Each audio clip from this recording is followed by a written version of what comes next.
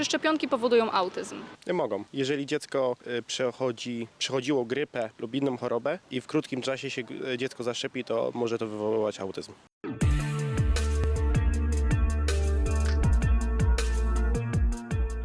Czym jest autyzm? Jak się może objawiać i kto może go mieć? Autyzm, jakąś taką, coś takiego nieprzewidywalnego zachowania. A kto go może mieć i czym może się objawiać? Nawet dorośli. A czym? No właśnie taką sprzecznością gdzieś.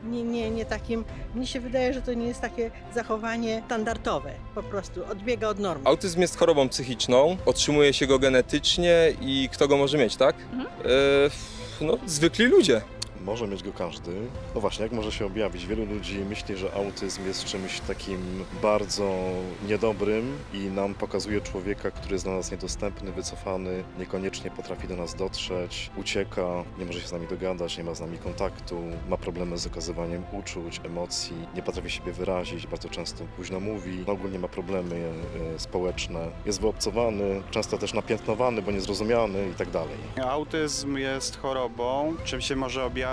Z tego, co słyszałem, no to dzieci z autyzmem są zamknięte w sobie, mogą być też nerwowe, właściwie to więcej chyba na ten temat nic nie wiem. A kto go może mieć? Każdy, tak? Bo dzieci, dorośli, dziewczyny, chłopaki, wszyscy. Autyzm zaczyna się od młodego wieku, to na pewno. I różnymi takimi objawami są niekiedy nadpobudliwość i różne dziwne zachowania dziecka. Ale to nie zawsze znaczy, że to dziecko musi mieć ten autyzm. Drugie pytanie. Dlaczego mówi się, że osoba jest w spektrum autyzmu?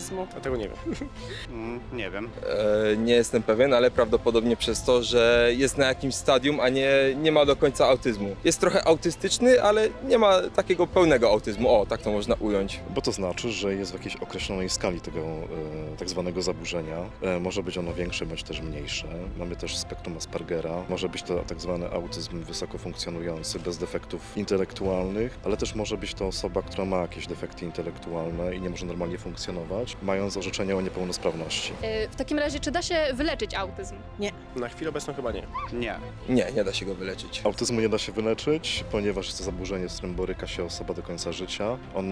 Taka osoba może być uspołeczniona poprzez odpowiednie zajęcia terapeutyczne, rozmowę z psychologiem, też czasami z psychiatrą i tak dalej. Natomiast bez pracy terapeutycznej ciężko autystę wyciągnąć, uspołecznić. On musi przebywać z ludźmi, nie może być wyalienowany, bo jest też wtedy może być agresywny, może mieć problemy z komunikacją, nie potrafi siebie też wyrazić, więc trzeba go cały czas uspołeczniać. I pytanie na koniec. Czy według Pani szczepionki powodują autyzm? Słyszałam, że tak.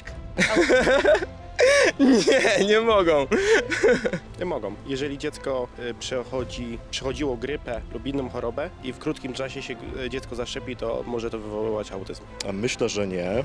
Nie jestem lekarzem, aczkolwiek ruchy antyszczepionkowe mówią o tym, że autyzm może być spowodowany przez szczepienia, szczególnie jeżeli chodzi o szczepienia covidowe. W ostatnim czasie to było bardzo mocno nagłośnione. Ja tego nie jestem w stanie potwierdzić, ponieważ nie mam dzieci, które szczepiłem i które mogły mieć jakieś powikłania, więc się nie wypowiem, ale też nie jestem lekarzem, więc ciężko mi to stwierdzić. Na pewno jestem za tym, żeby wyszczepiać populację, bo dzięki temu mniej chorób się mutuje, a przez to, że się mniej mutuje tych chorób, to mamy łagodniejsze objawy pewnych chorób wirusowych czy bakteryjnych. I na pewno przez to też jest niższa śmiertelność, jeżeli chodzi o pewne zakażenia. Słyszałem kiedyś taką opinię, że tak, ale nie wiem, nie jestem przekonany.